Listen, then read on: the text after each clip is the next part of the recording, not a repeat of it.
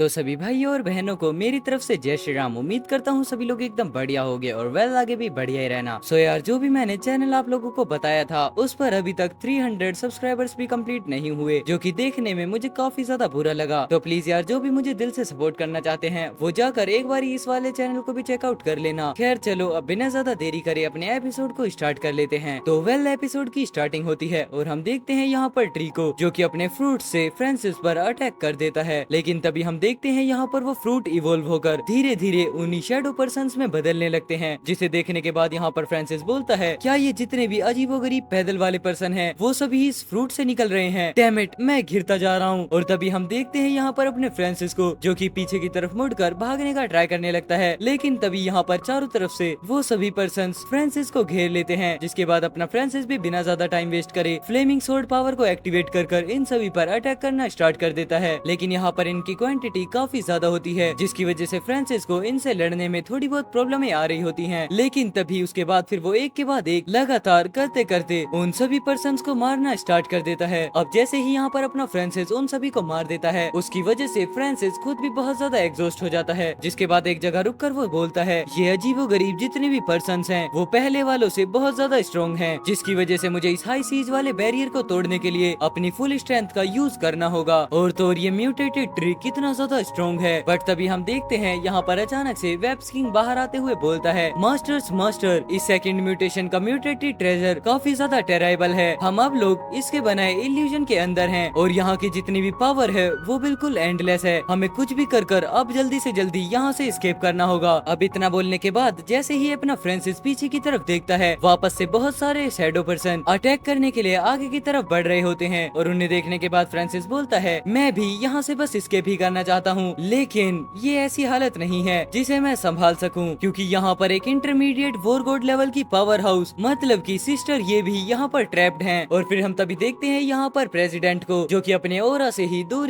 उन स्पिरिट्स को मार रही होती हैं। लेकिन तभी वो फ्रांसिस से बोलती हैं, ब्रदर फ्रांसिस, मेरे पास एक प्लान है जो कि इस सिचुएशन को जड़ से खत्म कर सकता है। जहाँ इतना सुनने के बाद फ्रांसिस बोलता है, क्या सच में? जिसके बाद फिर प्रेसिडेंट बताती है, मैं अभी भी एक इंटरमीडिएट वॉर गॉड लेवल पर अटकी हुई हूँ, लेकिन मेरे पास एक ऐसी सीक्रेट टेक्निक है जो कि मेरी स्ट्रेंथ को अचानक से बढ़ाकर कुछ टाइम के लिए peak intermediate war God level तक पहुंचा जाएगी। और उस टाइम पर जब मेरी एबिलिटी पीक पर होगी तब मैं इस मॉन्स्टर को मार दूंगी। जहाँ इतना सुनने के बाद फ्रांसिस थोड़ा शॉक होते हुए बोलता है, क्या तुम सच में अपनी स्ट्रेंथ को peak intermediate war God level तक बढ़ा सकती हो? क्या सच में ये टेक्निक एक पावर को इंक्रीज करने के लिए कैपेबल है, जहाँ पर वो थोड़े शॉर्ट पीरियड के लिए हमारी स्ट्रेंथ को बहुत ज्यादा इंक्रीज कर सकता है, जैसा कि सिस्टर ये से उम्मीद थी? मुझे नहीं पता था कि तुमने इतनी ज्यादा पावरफुल स्किल अचीव कर ली है। जहाँ उसके बाद हम देखते हैं फिर प्रेसिडेंट चिल्लाते हुए वापस बोलती हैं, लेकिन मैं इस सीक्रेट टेक्निक को खुद से यूज नहीं कर सकती, मुझे इस चीज के अंदर तुम्हारी मदद चाहिए ब्रदर फ्रांसिस। जहाँ अब इतना सुनने के बाद फ्रांसिस बोलता है, क्या मैं? और तभी यहाँ पर प्रेसिडेंट बताती हैं, इस सीक्रेट टेक्निक को बैटल टेरिटरी रिसोनेंस बोलते हैं। जहाँ इतना सुनने के बाद फ्रांसिस वापस से थोड़ा शॉक होता है, लेकिन वहीं पर प्रेसिडेंट अपनी बात को कंटिन्यू करती हैं, हाँ, इस तरीके की सीक्रेट टेक्निक के लिए तो ऐसे लोगों की जरूरत होती है जिनके पास कॉम्बैट फेनेटिक फिजिक हो, ताकि वो एक ही टाइम पर अपनी पावर को रिलीज करें और रेजोनेंस बनाएं, जिसकी वजह से हमारी पावर जाकर एक पर्सन को मिल जाएगी। इसका मतलब 1+1=2 का असर होगा। अगर हम यहाँ पर बैटल टेरिटरी रिजोनेंस का यूज करते हैं और तुम्हारी पावर्स कुछ देर के लिए मुझे मिल जाती हैं, तो हम इस सिचुएशन से जरूर निकल पाएंगे। जिसके बाद हम देखते हैं अपने फ्रांसिस को, जो कि बोलता है, मुझे यकीन नहीं होता कि इस तरीके की टेरिफाइंग कॉम्बैट टेक्निक भी होती है। हालांकि मेरे पास कॉम्बैट फेनेटिक फिजिक नहीं है, तो क्या मैं फिर से अपनी पावर्स को सिस्टर ये की पावर के साथ जोड़ पाऊंगा? लेकिन तभी हम देखते हैं यहाँ पर प्रेसिडेंट को, जो कि फ्रांसिस से बोलती हैं, हेजिटेट करने का टाइम नहीं है,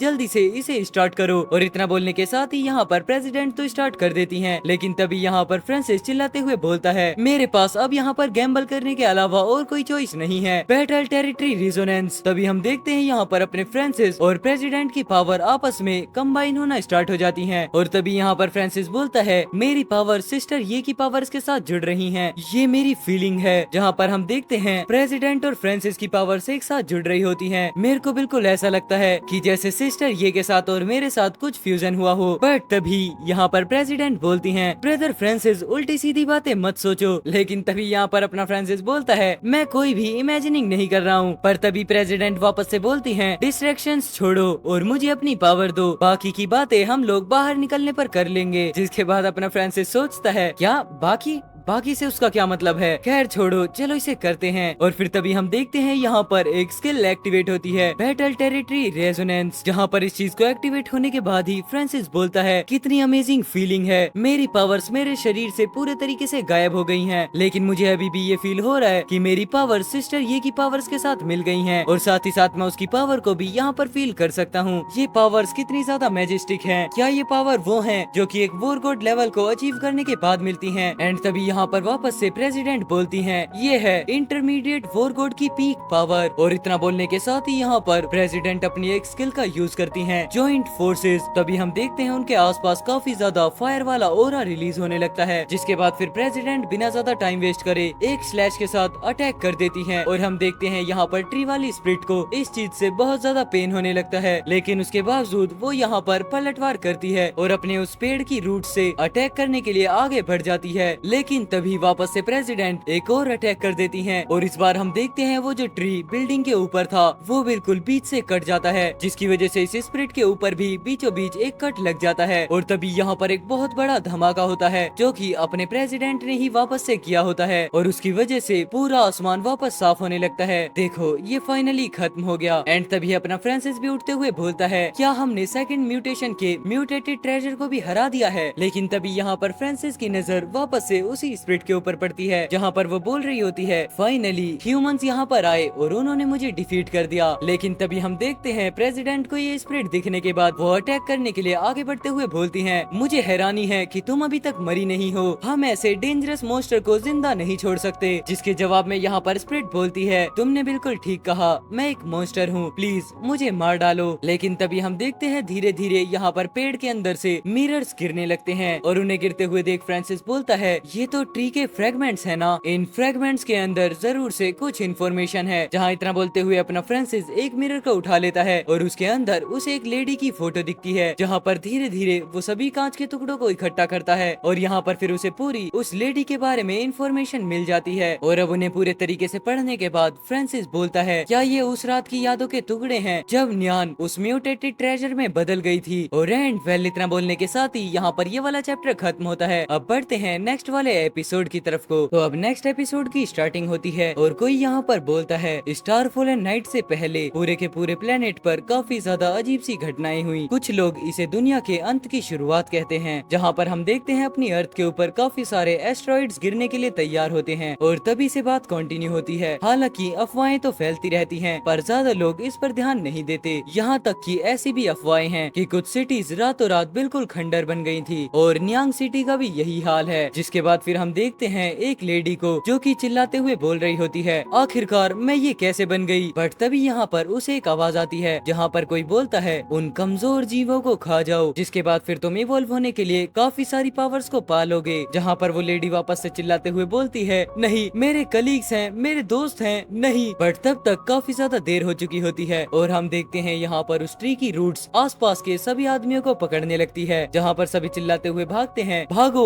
ये एक मॉन्स्टर है। लेकिन वहीं ट्री के अंदर से वो लेडी बोलती है नहीं ये चीज सच नहीं है। पर हम तभी देखते हैं उस ट्री की रूट्स चारों तरफ फैल चुकी होती हैं, लेकिन कुछ टाइम बाद वो सभी रूट्स वापस से अपनी जगह पर आ जाती हैं, और हम देखते हैं यहाँ पर वो लेडी ट्रैप रह जाती है, और वो अभी भी बोलती है प्लीज मेरी कोई मदद कर सकता है, युआन मुझे यहाँ से बाहर निकालो, यहाँ डेंजर है। लेकिन तभी हम देखते हैं टाइम के साथ यहाँ पर कुछ भी नहीं बदलता, और वो लेडी धीरे धीरे और भी ज्यादा इसी चीज में इवॉल्व होने लगती है। जिसके बाद धीरे धीरे वो पूरी सिटी, जिसके बाद धीरे धीरे वो पूरी बिल्डिंग, पूरी सिटी, और एंड टाइम पे वहाँ पर कुछ भी नहीं रह जाता। और अब इस चीज को देखने के बाद प्रेसिडेंट बोलती हैं क्या ये प्लेनेट उस रात से पहले का है जब वो उस दिन स्टारफॉल एंड नाइट हुई थी। जिस पर अपना जहान बोलता है अच्छा तो ये चीज सच थी। बट वहीं पर प्रेसिडेंट बोलती हैं बैटल टेरिटरी रेजोनेंस बस अब डिसअपियर ही होने वाला है, भले ही तुम्हारा पास्ट बहुत ज्यादा पेनफुल हो, लेकिन यहाँ पर हर चीज का सोर्स सिर्फ तुम ही हो। और इतना बोलते हुए यहाँ पर प्रेसिडेंट अपनी सोर्ड के साथ आगे बढ़ने लगती हैं, जहाँ पर फिर उसके बाद वो लेडी बोलती है, हाँ मैं कमिट करती हूँ, मैंने ही ये क्राइम किया है, लेकिन तुम लोग मुझे मार नहीं सकते,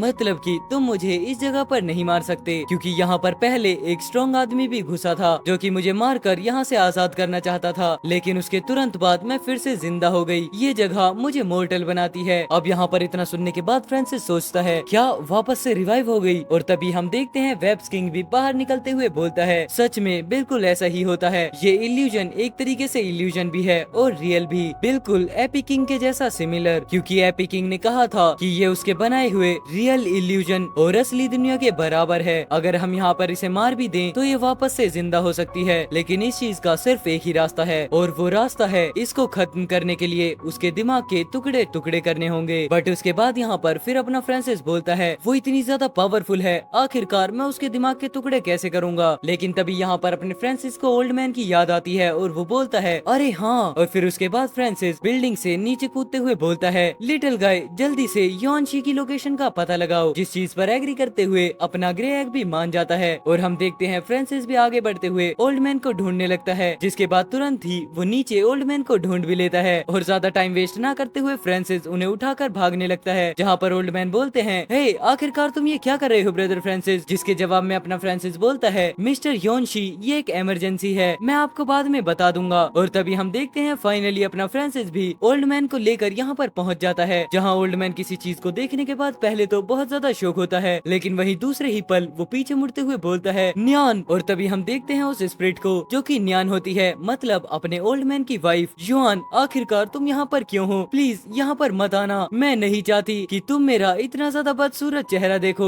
लेकिन उसके जवाब में ओल्ड मैन बोलता है, न्यान आखिरकार तुम ये मेरे से कैसी बातें कर रही हो। लेकिन तभी हम देखते हैं यहाँ पर न्यान बोलती है, तुम भी मुझे वो बदसूरत मॉन्स्टर कहोगे बाकी सब की तरह। लेकिन तभी यहाँ पर ओल्ड मैन बोलता है, क्या तुम भूल गयी जो मैंने शादी करते वक्त तुमसे कहा था। और तभी हम देखते हैं यहाँ पर एक छोटी सी पास्ट मेमोरी को, जहाँ पर अपने ओल्ड मैन ने बोला था, इन फ्यूचर तुम चाहे जो भी बनो मैं तुमसे तब भी उतना ही प्यार करूंगा जितना मैं अभी करता हूँ। जिसके बाद यहाँ पर न्यान बोलती है, युआन आखिरकार ये तुम क्या बातें कर रहे हो, क्या तुम हमारी नई शादी में मुझे बदसूरत होने का श्राप दे रहे हो। और तभी यहाँ पर सीन वापस से प्रेजेंट में आता है, जहाँ पर ओल्ड मैन न्यान से बोलता है, तुम जैसी भी दिखो मेरा प्यार हमेशा तुम्हारे लिए वैसा ही रहेगा। न्यान आखिरकार मैंने तुम्हें फाइनली ढूंढ ही लिया। लेकिन तभी हम देखते हैं अचानक से यहाँ पर न्यान की बॉडी से एक इंसेक्ट टाइप चीज बाहर निकलने लगती है और वो जल्दी से यहाँ पर पेड़ की तरफ भागने लगती है। बट तभी यहाँ पर अपना फ्रांसिस सही टाइम रहते हुए उसे देख लेता है और अपनी सोर्ड से तुरंत ही उसे मार देता है। डैम ऑन यू, तुमने इतने सारे लोगों को मार डाला और फिर भी यहाँ से भागना चाहते हो। और अब यहाँ पर उस क्रीचर के मरने के बाद हम देखते हैं ट्री वापस से डिसअपियर होने लगता है, जिसे ऐसे देख प्रेसिडेंट बोलती हैं, आखिरकार इस अजीब से बीज का खून इन दोनों के प्यार से हार गया, प्यार बिल्कुल ऐसा ही होना चाहिए। और तभी हम देखते हैं यहाँ पर उस ट्री के साथ साथ ओल्ड मैन और न्यान भी डिसअपियर होने लगते हैं, जहाँ पर वो दोनों बोलते हैं, तुम लोगों का काफी ज्यादा शुक्रिया। और अब यहाँ पर फाइनली अपने फ्रांसिस और प्रेसिडेंट के लिए भी पोर्टल ओपन हो जाता है, जहाँ पर फिर प्रेसिडेंट बोलती हैं, हम वापस आ गए ठीक है, लेकिन अभी तक तो आधी ही रात हुई है, शायद से इल्यूजन के अंदर समय काफी ज्यादा तेजी से चलता था। लेकिन अब यहाँ पर प्रेजेंट में आने के बावजूद वो बीज वापस से आ जाता है, जिसे देखने के बाद फ्रांसिस बोलता है, ये जेड सीक्रेट बोल, क्या इस बोल के अंदर का वो ब्लैक स्पॉट अचानक से गायब हो गया। और तभी हम देखते हैं यहाँ पर सभी लोग वापस से ठीक होने लगते हैं, जहाँ पर वो सभी लोग चिल्लाकर भागते हुए बोल रहे होते हैं, आखिरकार ये सब क्या हो रहा है, क्या जोंगवू मारा गया, भागो,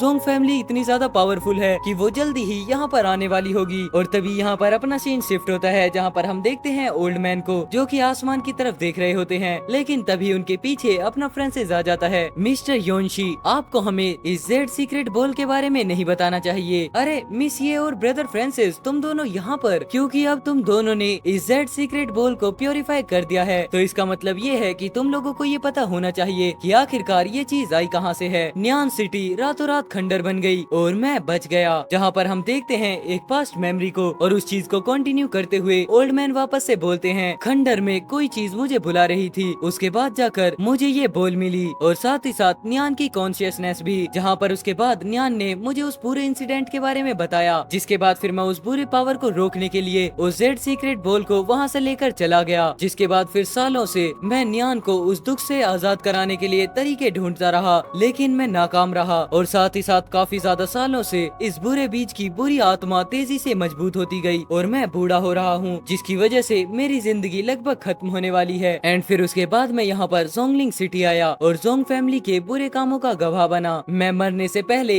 इस बुरे आदमी को इस शहर से निपटाने के लिए जेड सीक्रेट बॉल का यूज करना चाहता हूँ। और न्यान की भी बिल्कुल यही इच्छा थी, बस मैंने ये उम्मीद नहीं की थी कि तुम दोनों आगे बढ़कर न्यान को रीलाइफ देने में मदद करोगे। अब यहाँ पर न्यान का हस्बैंड होने के नाते मैं उसकी तरफ से तुम दोनों को धन्यवाद देता हूँ। जहाँ पर हम देखते हैं इतना बोलते हुए ओल्ड मैन कांप रहे होते हैं, जिसके बाद अपना फ्रांसिस बोलता है मिस्टर योनशी। और फिर तभी यहाँ पर योनशी आगे बढ़कर फ्रांसिस को एक चीज देते हुए बोलते हैं, ये जेड सीक्रेट बोल, इसको प्योरीफाई करने के बाद ये सच में किसी की जान को बचा सकता है। और मुझे पता है तुम्हें इस चीज की काफी ज्यादा जरूरत है और ये पैसा न्यान की हेल्प करने के लिए तुम्हारा रिवॉर्ड है। चलो फाइनली अब मैं थोड़ी देर के लिए आराम कर सकता हूँ। जहाँ ये सब कुछ सुनने के बाद अपना फ्रांसिस थोड़ा उदास हो जाता है मिस्टर योनशी। लेकिन तभी योनशी बोलते हैं, ठीक है बस तुम मुझे थोड़ी देर के लिए अकेला छोड़ दो। और तभी इतना बोलने के साथ ही हम देखते हैं अचानक से एक चीज डिसअपियर हो जाती है और वहीं योनशी की लाठी नीचे गिरती है, जिसके बाद योनशी भी आराम से लेट जाते हैं और वो बोलते हैं, न्यान क्या तुम मुझे लेने के लिए आई हो।